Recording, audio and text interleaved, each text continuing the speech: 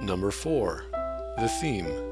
I know I mentioned the theme before, but it's a bit unclear. Just to reiterate, Commander Shepard gathers a bunch of people and can deal with their daddy issues so they can go on a suicide mission. Now, it's a space opera, so there's so many other ideas going on, and with 12 other stories, it's pretty convoluted.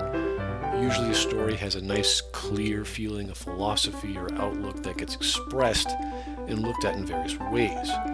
If we look at the wiki for Mass Effect 1, it lists things like freedom of thought, space colonization, intolerance, vigilantism, and artificial intelligence.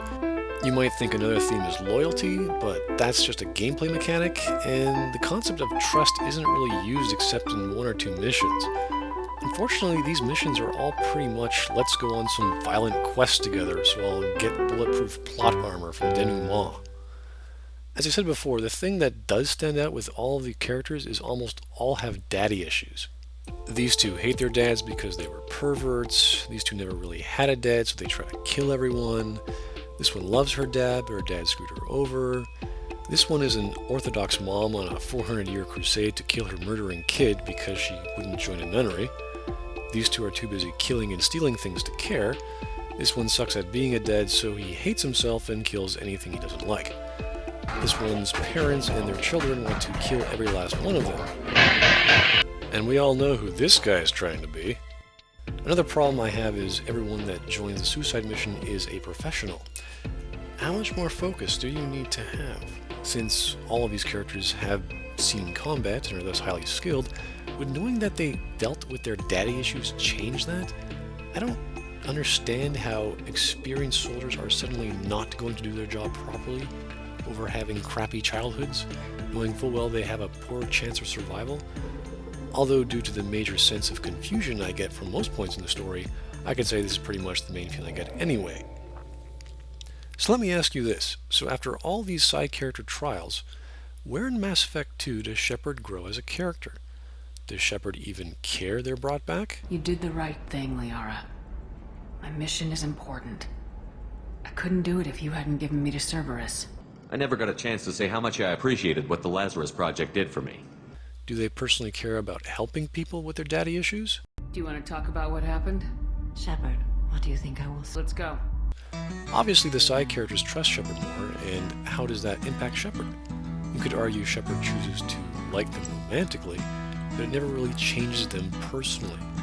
It's like his quest is one big giant job they're just slogging through. That doesn't mean Shepard doesn't show emotion to certain events and people. It's that those events don't change him one way or the other. He's literally a flat brick with a lip-synced Paul Ekman head. Number 5. The main plot points. And their massive holes. For the actual main plot that is there is pretty bad. I mean, the story is there, but the plot is not. For example, on Horizon, a colony being attacked by the Collectors, we meet an Alliance soldier character from the previous game. This character gets paralyzed by the Collector bugs. You go through the mission, save what's left of the colony, and you eventually meet up. This raises 2 questions. How did they avoid getting collected when they were the first to get paralyzed? Now this isn't too far-fetched because we see other frozen colonists along the way that aren't collected. Conscious but completely helpless. They've been like this a long time. But we later learn the whole reason the Collectors came to the colony was because of this person, due to their relationship with Shepard. You risked the lives of my friend, my crew, and that entire colony, just to lure the Collectors there? A calculated risk. I suspected the Collectors were looking for you, or people connected to you. So why wouldn't they take this person? That's their whole goal. Did they just forget? The rest of the human body quotient is just a bonus prize. They can hold on to this person for leverage, since they seem pretty interested in our protagonist for some reason, but even that's never explained. How did they get unfrozen? You might think this occurs after Shepard defeats the last boss, and through video game logic everyone's free, or maybe their combat suits did something. Either way, they meet Shepard, go on a rant about where were you, and oh no, you're with the bad guys, even though Shepard was dead, and is now the second coming, save the galaxy, the Citadel, this person, and almost everyone here. Depending on your squad, they might even see one of their colleagues they worked with in saving the galaxy from before. Garrus, too. I can't believe the reports were right. But they still don't trust this guy? What more does this guy need to do for you? Turn helmets into Omnigel? Even if Shepard is working with the enemy, this person should have first-hand perspective of everything that's happened. They wouldn't be pissed off at Cyber Jesus just because the people they're now working with were bad. We learn later that the defense towers used to drive the Collectors away came from the Alliance, which means the Alliance is involved in the Terminus system. Yet the Alliance and the Council don't want to send ships in to discover what's going on, or else it might spark a war with the Terminus system. So putting massive guns on a planet isn't seen as an act of war? Okay, I don't know. I guess at least the Alliance is actually doing something after 2 years of having hundreds of thousands of humans disappear by planting AA towers on a random planet, and finally sending out one soldier. We call it basic government solutions to problems, but I find the whole idea of not doing anything after 2 years, like sending patrols or a ship or some satellites or something out into the system to figure out what's going on, completely illogical. Another beef I have is, what is the Normandy doing? We know the AI is busy taking care of calibrations on the AA towers, but why can't it attack the ship? The Normandy is in orbit. The Collector cruiser is parked on the planet. Bomb them! We have a top-of-the-line spaceship that doesn't enter a planet's atmosphere. Oh, unless the plot demands it, right? On the disabled Collector ship, yes, we get to board it, and yes, it's pretty obvious it's a trap.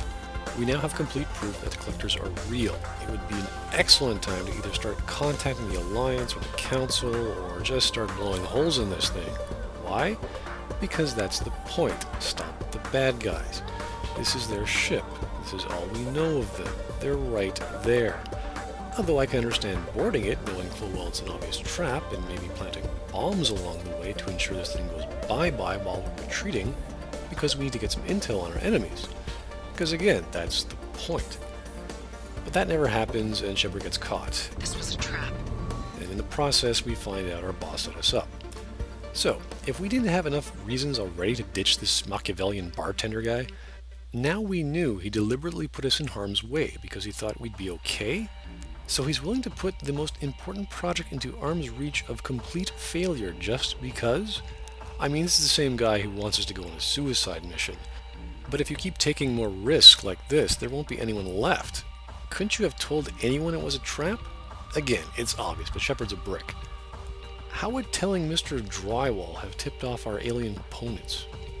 The first part of the level is just walking around. Couldn't you have recruited a demolitions expert or asked Mr. Calibrations to plant bombs? Right. Because I'm in a great place to optimize firing algorithms right now. When the trap is sprung, you detonate them. Additionally, wouldn't it have been great if this was like a mini suicide mission, like a training run? Wouldn't your chance of survival have been greater? There were closed doors that needed to be opened, a bunch of Collectors to kill, run to a shuttle. You know, it's pretty similar. Instead of having the rest of your team sit on the ship and wait for you to return. Might be a good way to gauge how effective everyone is after we had our obligatory scripted ship battle. A little bit of foreshadowing, you know, it could have happened. Then we have another disabled ship, but this time a Reaper ship. No, really, it's a Reaper ship. No build-up, no exposition, just, hey Shepard, I want you to board a Reaper ship. A 37-million-year-old derelict Reaper. Now this opens a whole can of worms, whereas in Mass Effect we got to talk to one, this one's dead and right in front of us. It's been there for 37 million years. Now this is jaw-dropping for two reasons. One, this entirely dwarfs the plot of Mass Effect 2, which in hindsight is probably a good thing. So far, we've screwed up showing the Collector's ship to anyone, and now we get round 2. Mass Effect 2's plot involves stopping the Collectors from taking human colonies, but the overarching plot of the entire trilogy is to stop the Reapers. Well, here's a stopped Reaper, and we do nothing with it. 2, why hasn't anyone told anyone else? Tim even states he wouldn't mind if Shepard could get extra help. I'm still a Spectre. Maybe I can get the Council to help us out. If you think you could convince them, by all means. Now maybe he's just being the secretive jerk he is, or waiting for the right time, but who cares? Wouldn't the workers want to tell anyone? But now Shepard knows, so go get someone.